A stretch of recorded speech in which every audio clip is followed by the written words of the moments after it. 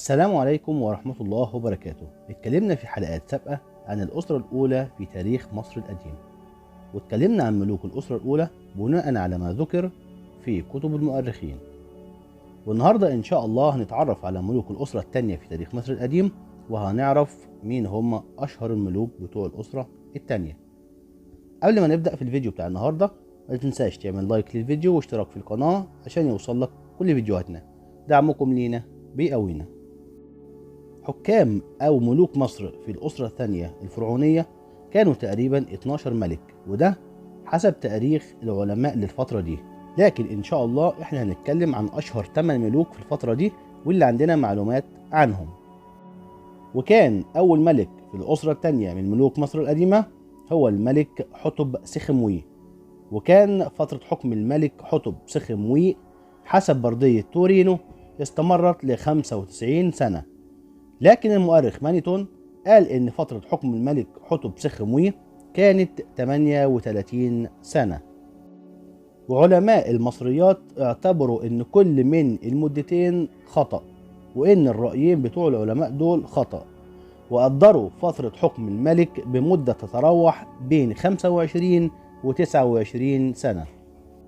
وتم تحديد اسم الملك من قبل علماء الآثار في سقارة والجيزة والبداري وأبيدوس من بعض الأختام الطينية والأواني الحجرية واسطوانات العظام والعديد من النقوش على الأوعية تذكر اسم حتب سخموي مع خليفته رعنب، اللي قالوا احتمال كبير يكون ابن الملك.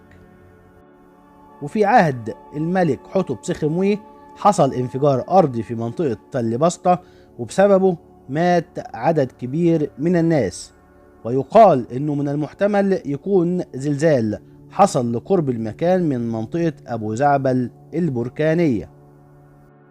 وموقع مقبرة الملك حتب سخموي غير معروف حتى الآن، ويعتقد بعض علماء المصريات ان ممكن يكون مقبرته عبارة عن معرض عملاق تحت الارض.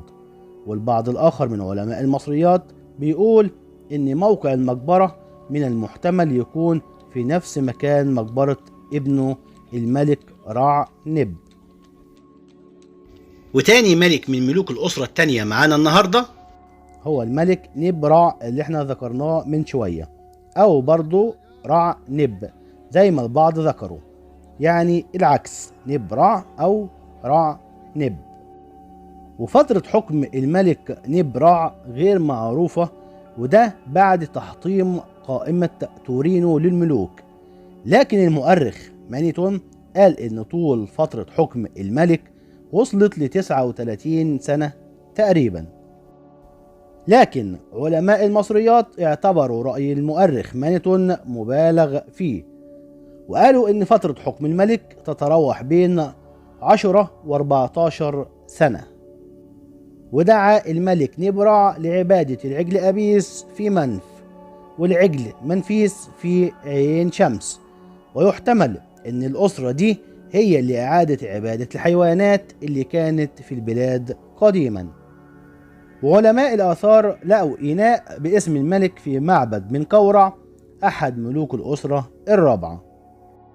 وثالث ملك معانا النهاردة في ملوك الأسرة الثانية هو الملك ني نتر، ومدة حكمه حسب قائمة تورينو كانت 96 سنة، لكن المؤرخ مانيتون قال إن فترة حكم الملك ني نتر استمرت ل 47 سنة.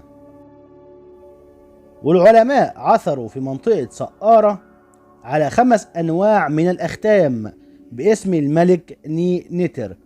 وفي سنة 1938 مصلحة الآثار لقوا جبانة تحت الأرض في منطقة سقارة، وبيرجع تاريخ الجبانة دي للأسرة الثانية، ولقوا فيها بعض الأواني عليها سدادات مختومة باسم الملك ني نتر، وكمان اتذكر اسمه على حجر باليرمو.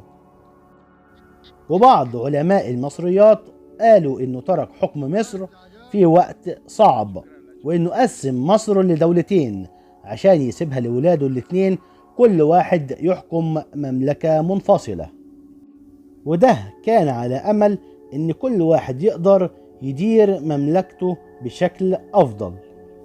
وبعض آخر من علماء المصريات قال إن مصر في الوقت ده كانت بتمر بكارثة اقتصادية من المجاعة والجفاف، فعلشان كده الملك قام بتقسيم البلاد لمملكتين عشان يقدر يعالج المشكلة دي ويسيطر عليها. ومقبرة الملك نينتر موجودة في سقارة، ومساحتها حوالي 106 متر في 94 متر، وليها منحدر يؤدي للمدخل على عمق 25 متر.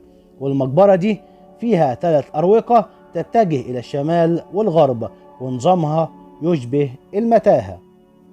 ولقوا فيها 56 سكينة من الصوان، و44 شفرة من شفرات الحلاقة، وأواني للنبيذ، وأكثر من 50 برطمان مختوم، وصناديق تخزين مصنوعة من الخشب.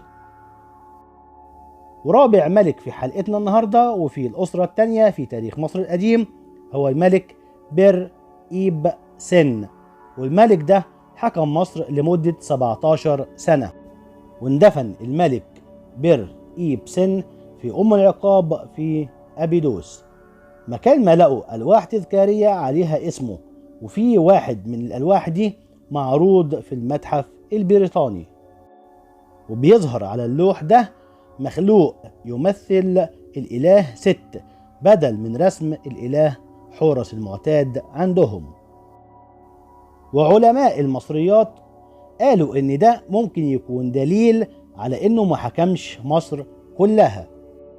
والجدير بالذكر إن العلماء اتعرفوا على اسمه من صورة مدونة لواجهة قصره، واللي كانت تحمل صورة للإله ست بدل الإله حورس.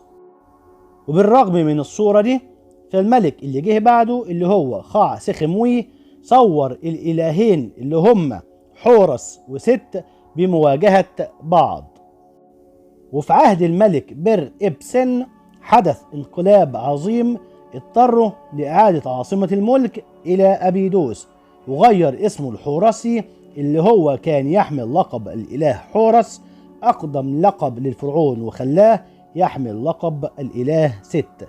وده كان حادث فريد في التاريخ المصري القديم. واندفن الملك بر إبسن في أبيدوس، وفضلت عبادته للإله ست محفوظة في سقارة لحد الأسرة الرابعة. وبكده نكون وصلنا لنهاية حلقتنا النهاردة. يا رب يكون الفيديو عجبكم، ولو عجبكم الفيديو ما تنسوش تعملوا لايك واشتراك في القناة عشان يوصل لكم كل أعمالنا. دعمكم لينا بيقوينا. والسلام عليكم ورحمة الله وبركاته.